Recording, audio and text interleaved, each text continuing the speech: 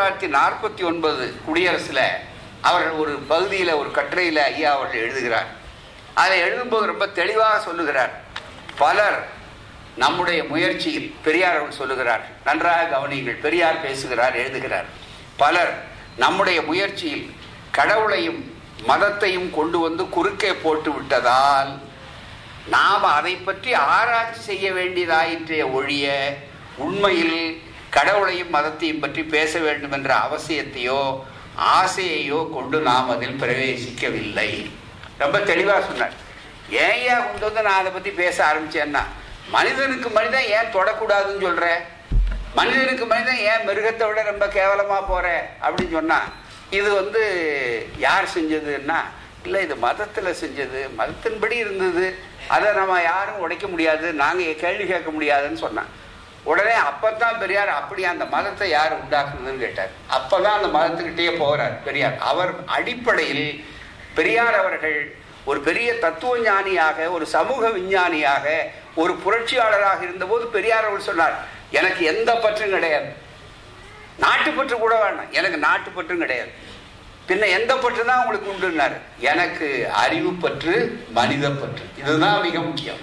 மனிதர்களை மனிதர்களாக மதிக்க வேண்டும், மனிதர்களாக மதித்தா எல்லாம் சரியா போயிடும், அவ்வளவுதானே தவிர நம்ம நாட்டில் ஒரு மனிதனை எதை வேண்டாலும் ஆக்கலாம், ஆனா மனிதனாக ஆக்குவது, அவன் பிறவியினாலே மனிதனாக இருக்கிறவனை மனிதனாக, உண்மையான மனிதனாக ஆக்குவதுதான் நம்ம நாட்டில் ரொம்ப சிரமம். சாமியார் ஆகிறது ரொம்ப சுலபம், பார்த்துக்கிட்டு இருக்கீங்க. அதே மாதிரி மற்ற மற்ற அவதாரங்கள் ஆகிறது ரொம்ப சுலபம், தலைவர்கள் ஆகிறது ரொம்ப சுலபம். ஆனால் எல்லாவற்றையும் விட ரொம்ப கடினம், பதவிக்கு போகிறது ரொம்ப சுலபம். ஆனால் எது ரொம்ப கடினமானதுன்னா, உண்மையான மனிதனாக ஆவதுதான் மிக கடினம் என்று தந்தை பெரியார் நினைத்த காரணத்தால் தான் மனிதப்பற்று, எனக்கு வேண்டியது மனிதப்பற்று, மானிடப்பற்று. அந்த மானிடப்பற்றுக்கு குறுக்கே எது இருந்தாலும் அதை நாம அலட்சியப்படுத்தணும் அப்படின்னு நினைச்சார். அப்பதான் அவர்கிட்ட இல்லை, மதம் சாதாரண விஷயம் அல்ல, நீங்க அதில் கை வைக்காதீங்க, அதை பத்தி பேசாதீங்க, அது நீங்களும் நானும் உண்டாக்குனது இல்லை, மனிதர்கள் உண்டாக்குனது இல்லை, கடவுள் உண்டாக்குனாருன்னு. அப்பதான் பெரியார் கடவுள்கிட்ட போக வேண்டிய அவசியம் தவிர, கடவுளுக்கு நமக்கு என்னையா சண்டை, என்ன தகராறு, அவர் என்ன டீ சாப்பிட்டாரு, நான் வரமாட்டேன்னு சொல்லிட்டேனா அப்படின்னு தந்தை பெரியார் அவர்கள் வேடிக்கையாக சொன்னவர்கள். ஆகவே அவர்களை பொறுத்தவரையிலே அவர்களுக்கு யாரையும் புண்படுத்த வேண்டும் என்றோ அல்லது யாரையும் சங்கடப்படுத்த வேண்டும் என்றோ ஒரு காலகட்டத்திலே கூட அவர்கள் நினைத்ததே கிடையாது. இந்த இயக்கமும் அப்படிப்பட்டதல்ல. பின்ன ஏன் அந்த இடத்துக்கு போக வேண்டிய அவசியம் வந்ததுன்னா, இந்த பாதுகாப்பு தேடுகிறவர்கள் எதை கேடயமா பயன்படுத்துகிறார்கள், எதை முகமூடியாக பயன்படுத்துகிறார்கள், எதை தங்களுடைய ஆயுதமாக பெறுகிறார்களோ அந்த ஆயுதத்தோடு போராட வேண்டிய அவசியம் தானே. எப்பப்போ எந்தெந்த ஆயுதங்கள் இருந்ததோ அந்த காலகட்டத்தில், வில்லும் வேலு இருந்த காலகட்டத்தில் அதை எதிர்த்து அதை போராடினார்கள். ஏவுகணைகள் காலத்தில் ஏவுகணையை எடுத்து வைத்து போராட வேண்டும் நினைக்கிறார்கள். அதனாலதான் தந்தை பெரியார்கள் மொழியை பார்த்த பார்வை கூட ஒரு தனித்தன்மையான பார்வை. தமிழ் மொழியை பற்றி சொல்லும்போது கூட பெரியாருடைய சிந்தனை இருக்கு பாருங்க, அலாதியான சிந்தனை. அவருடைய பங்கு, அவருடைய பணி, அவருடைய ஆக்கப்பூர்வமான பணிதான் இன்றைக்கு உலகத்தில் தமிழை கணினிக்கு இவ்வளவு பெரிய வாய்ப்பாக ஆக்கி இருக்கிறது.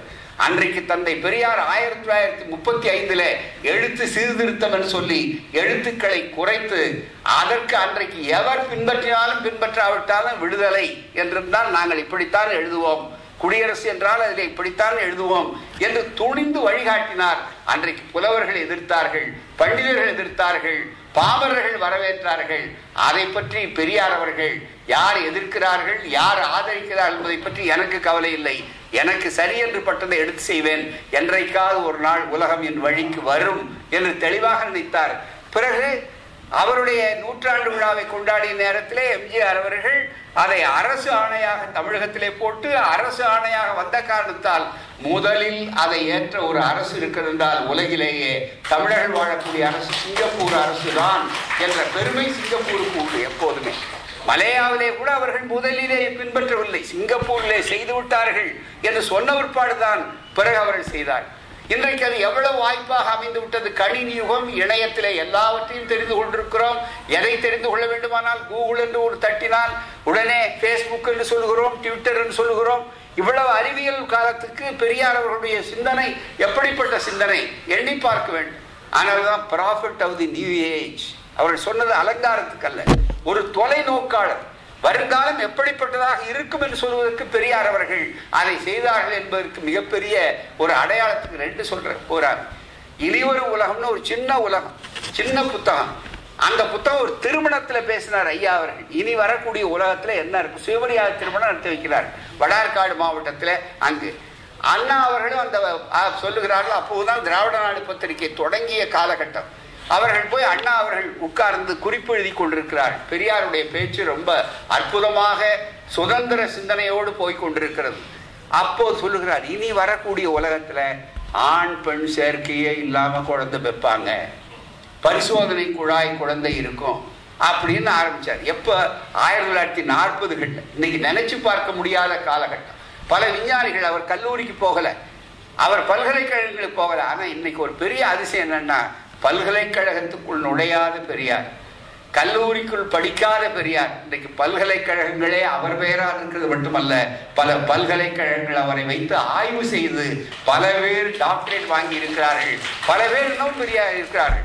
ஐயா அவர்கள் சொன்னார்களே, இந்த மலேயா சிங்கப்பூரில் பெரியாருடைய வருகையின் தாக்கம் எந்த அளவுக்கு வந்திருக்கிறது என்று தேசிய பல்கலைக்கழகத்திலே படித்த மாணவியாக இங்கே ஒரு விரிவுரையாளராக இருக்கிற அந்த பெண், அவர் கேம்பிரிட்ஜ் பல்கலைக்கழகத்திலே ஒரு பெரிய அறக்கட்டளையினுடைய உதவியை பெற்று ஒரு PhD ஆய்வு செய்து கொண்டிருக்கிறார்கள்.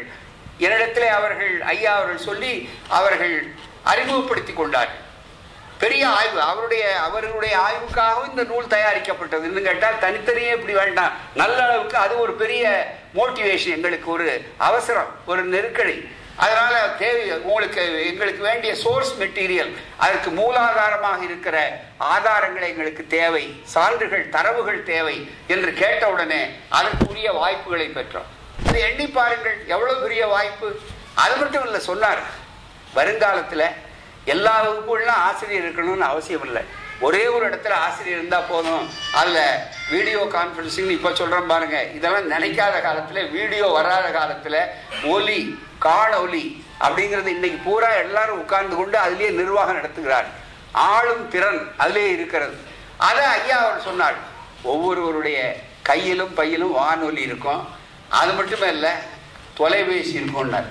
இன்னைக்கு செல்போன் இல்லாத இடமே இல்லையே. மிகப்பெரிய அளவு கை தொலைபேசிகள் இருக்குன்னு.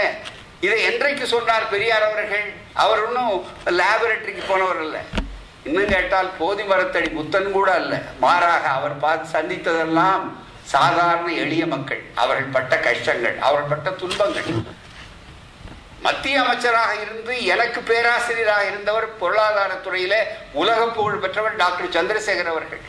அவரை பேட்டி கண்டு காணும் போது கேட்கிறார், நீங்கள் பெண்களுக்கு இவ்வளவு பெரிய அளவுக்கு பரிந்துரை செய்திருக்கிறீர்களே, பெண்களுக்கு 50 விழுக்காடு இடஒதுக்கீடு கொடுக்க வேண்டும், பெண்களுக்கு வாய்ப்பு கொடுக்க வேண்டும் என்று பெண்களுக்காக நீங்கள் யாரும் சிந்திக்காத எல்லைக்கு போய் சிந்தித்திருக்கிறீர்கள் என்றார்.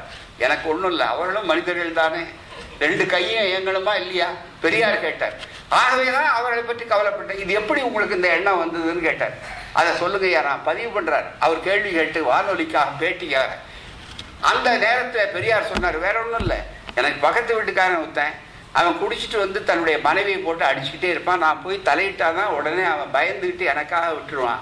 அப்போ நான் பார்த்த உடனே, என்ன இந்த ஆண்கள் இவ்வளவு காட்டுமிராண்டிகளாக நடந்து கொள்கிறார்கள் தன்னுடைய வாழ்வினையர்கள்ட்டேன்றதுக்காக கடுமையாக இவளை காப்பாற்ற வேண்டாமா என்று நான் முயற்சித்தேன் என்று சொல்லி அவருக்கு ஒவ்வொரு சம்பவமும் பார்த்தீர்களேனா அவருடைய கொள்கைகள் எப்படி உருவாயிட்டுன. சாதி ஒழிப்பாக இருந்தாலும், மனித நேயமாக இருந்தாலும், அவர்களுக்கு எல்லாவற்றிலுமே இந்த அனுபவங்கள் இருக்கிறத. இந்த அனுபவம் தான் அவருக்கு ஆய்வு கூடங்கள், அதுதான் பரிசோதனை சாலைகள். அப்படிப்பட்ட ஒரு வாய்ப்புகளை பயன்படுத்தி கொண்டு வந்ததுனால மிகப்பெரிய ஒரு வாய்ப்பை உருவாக்கினார்கள். ஒரு உதாரணமாக உங்களுக்கு சொல்லுகிறேன், எந்த அளவுக்கு வளர்ந்திருக்கிறது என்பதற்காக. நேரத்தின் நெருக்கடி இருக்கிற காரணத்தால் உரிய நேரத்தில் முடிக்க வேண்டும் என்று தெரியும் எனக்கு. அந்த அடிப்படையில் இங்கு தெளிவாக சொல்ல கடமைப்பட்டிருக்கிறோம். என்னன்னா, பெரியார் அவருடைய சிந்தனை எப்படி உலகளாவிய அளவிற்கு இங்கே வந்திருக்கிறதா, மிகப்பெரிய அளவுக்கு profit of the new age என்று சொல்லக்கூடிய தொலைநோக்காளர் அப்படிங்கிறதுக்கு அடையாளம். இன்னைக்கு 50-60 ஆண்டுகளுக்கு பின்னால வர்றதெல்லாம் அவர் ரொம்ப தெளிவாக எடுத்து சொல்லி மக்கள் வந்திருக்கிறார், மக்களுக்கு வரும்னு சொன்னார்.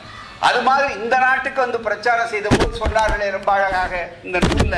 அதை தான் பல இடங்கள்ல வலியுறுத்தி இருக்கிறோம். அவருடைய கொள்கைகள் என்று சொல்லும் போது மிகப்பெரிய அளவுக்கு இங்கேயே ஒரு பெரிய வாய்ப்பை உருவாக்கும் போது தமிழர் சீர்திருத்த சங்கம் என்று இங்கே உருவாக்க நேரத்தில் இந்த சங்கத்தின் நோக்கத்தை பற்றி தமிழர் சீர்திருத்தக்காரர்கள் சங்கம் என்று இங்கே உருவாக்கி மணச்சை ஐயா, ஓ ராமசாமி அவர்கள், மற்ற தலைவர்கள் எல்லாரும் சேர்ந்து இங்கே உருவாக்கிய நேரத்தில் இந்த சங்கத்தின் நோக்கம் என்ன என்று திரு ராமசாமியார் பேசிய தலைமை பேரவைகள் குறிப்பிடத்தக்கதாகும்.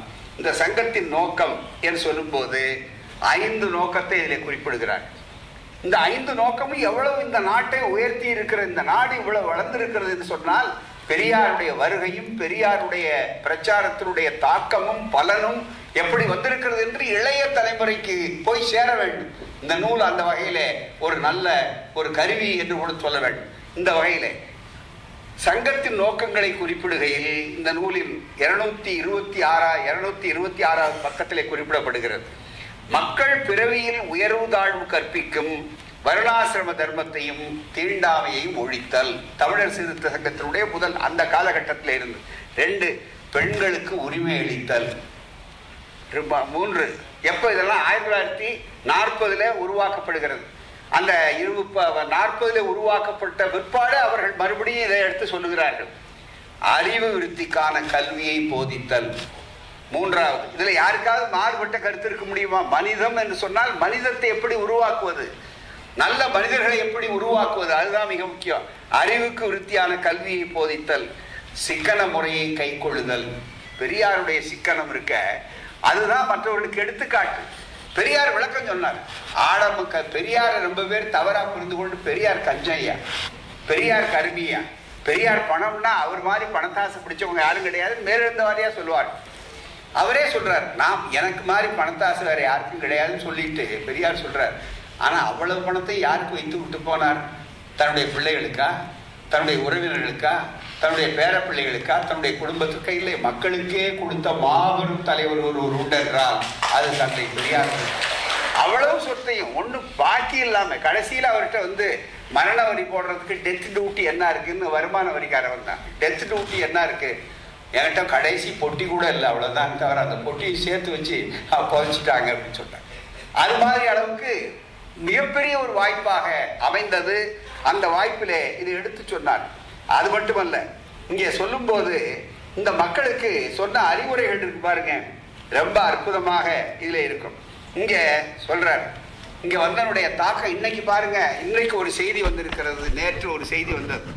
ஸ்ட்ரெயிட் டைம்ஸ் படிக்கின்றவர்களுக்கு, ஆங்கில நாளேடை படிக்கிறவர்களுக்கு தெரியும். அதுல மைண்ட் யுவர் பாடின்னு சொல்லி அதை வியாழக்கிழமை மக்கள் நல்வாழ்வை பற்றிய ஒரு பகுதி இருக்கிறது. நீங்கள் பெரும்பாலும் இதில் வந்திருக்கிறவர்கள் படித்திருப்பீர்கள். நான் அதில் நேற்று படித்த ஒரு வாழ்வியல் குறிப்பை அதில் எழுதியிருக்கிறேன். ஐநா மாமன்றம் உலகின் மகிழ்ச்சிகரமான நாடுகள் என்று ஒரு பட்டியலை தயாரித்திருக்கிறது.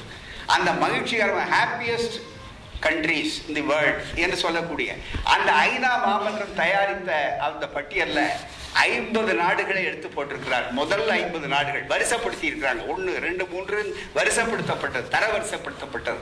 அப்படி தரவரிசைப்படுத்தப்பட்ட நேற்று வந்த ஏட்டில வந்த வரிசைப்படுத்தப்பட்டதுல இந்த சிங்கப்பூர் நாடு மகிழ்ச்சிகரமான மக்கள் வாழ்கிற நாட்டில் 33வது இடத்தை பெற்றிருக்கிறது. எந்த நாட்டிலிருந்து நாங்கள் இங்கே வந்தோமோ எங்கள் நாடு அதில் இல்லை. அது எங்களுக்கு மகிழ்ச்சியை தரவில்லை என்று சொன்னாலும் கூட அங்கிருந்து வந்த நம்ம தமிழர்கள் நிறைய வாழ்ற இடத்துல இங்க மகிழ்ச்சியா இருக்கிறாங்க பாருங்க, அதை பார்த்து எங்களுக்கு மகிழ்ச்சி ஏற்படுகிறது. அதுதான் ரொம்ப சிறப்பானது. அந்த வகையில இது மிகப்பெரியது. இதுக்கு அடித்தளம் எங்க, என்ன காரணம் கொஞ்சம் தெரிந்து கொள்ளணும். என்ன பின்னோக்கி அழைத்து சொல்ல கூடும். தொலைநோக்காளர் பெரியார் அப்படிங்கிறதுக்கு பாருங்க, வெறும் அழகு சொல் அல்ல என்று சொன்னோம். காணொலியை சொன்னாரு, மற்றது சொன்னார். இந்த நாட்டுக்கு வந்த போது சொன்னார். 1929 சொன்னார். 1954 அந்த காலகட்டத்தில் இன்னும் தெளிவாக சொன்னார்கள். அதையே தமிழர்கள் போன்றவர்கள், அன்றைய திராவிடர் கழக தோழர்கள் உட்பட பொதுநலத்தில் ஆர்வம் உள்ளவர்கள் அத்தனை பேரும் முயற்சி எடுத்துக்கொண்டு செய்தார்கள். இங்கு வசதி தமிழர்